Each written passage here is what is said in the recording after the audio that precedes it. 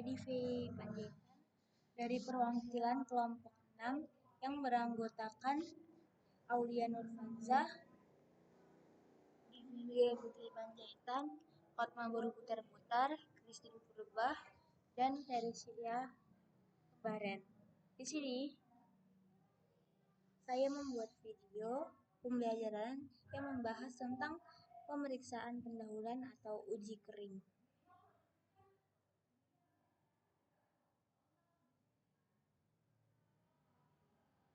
Nah, dimulai dari latar belakang. Dalam analisis kimia, terutama analisis kualitatif, kita perlu mengenali komponen suatu zat secara cepat dan akurat. Sebelum melakukan uji yang lebih kompleks seperti analisis basah, kita terlebih dahulu melakukan pemeriksaan pendahuluan atau yang sering disebut uji kering. Uji ini mencakup pengamatan fisik, reaksi terhadap panas, dan uji spesifik seperti uji boraks dan uji fosfat. Nah, tujuannya adalah memberi petunjuk awal tentang unsur atau senyawa yang mungkin ada. Untuk itu, pemahaman teori dasar seperti reaksi kimia, sifat kation dan anion, serta pembuatan larutan sangat penting sebagai bekal di laboratorium. Baik, selanjutnya yaitu tujuan. Nah, di sini ada 3 tujuan. Yang pertama yaitu untuk mengetahui identitas awal senyawa. Yang kedua, menentukan keberadaan unsur atau gugus tertentu. Dan yang terakhir sebagai dasar uji lanjut atau analisis basah. Nah, reaksi pengujian dalam analisis kualitatif yaitu yang pertama uji nyala. Nah, uji nyala ini digunakan untuk mengidentifikasi logam seperti natrium dan kalium dari warna nyala api. Yang kedua yaitu perubahan warna saat dipanaskan. Jadi, perubahan warna saat dipanaskan ini bisa jadi sebuah petunjuk untuk menunjukkan keberadaan gugus tertentu. Yang ketiga yaitu gas yang terbentuk. Nah, misalnya terbentuknya H2S atau CO2 bisa menjadi petunjuk adanya anion tertentu. Baik, di sini yang pertama akan kita bahas yaitu uji boraks dengan rumus kimia Na2B4O7. Nah, tujuan dari uji boraks ini digunakan untuk mendeteksi logam berat.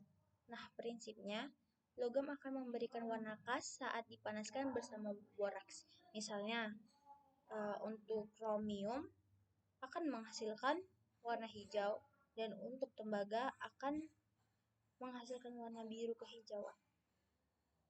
Baik, selanjutnya yaitu ada uji fosfat, di mana uji fosfat ini bertujuan untuk mengidentifikasi keberadaan ion PO43- atau fosfat. Reagen yang digunakan adalah amonium molibdat dalam asam nitrat. Jika fosfat ada, maka akan terbentuk endapan kuning berupa amonium fosfomolibdat. Nah, pada uji ini juga sering dipakai untuk memeriksa kandungan fosfat pada pupuk atau air limbah. Selanjutnya, kita masuk tentang reaksi analisis basah atau kation.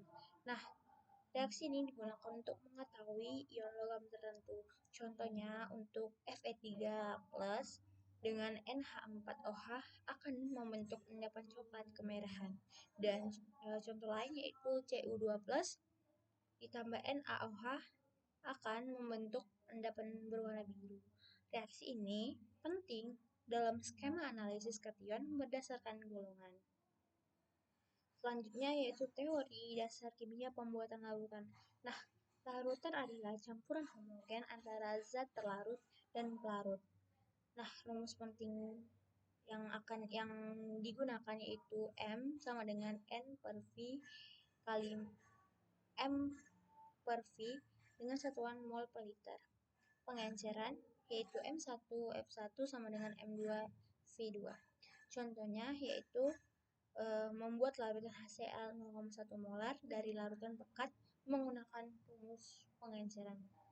Baik, dari materi yang sudah kami bahas yaitu mengenai tentang uji kering, dapat kami tarik kesimpulan dari sini bahwa pemeriksaan pendahuluan memberikan petunjuk awal yang sangat berguna dalam analisis kimia. Uji seperti uji boraks dan fosfat bisa membantu mendeteksi unsur atau ion tertentu, dan pemahaman teori dasar termasuk pembuatan larutan sangat penting sebagai dasar dari semua proses di laboratorium. Baik, segitu saja video pembelajaran kali ini. Lebih dan kurangnya saya ucapkan maaf dan terima kasih.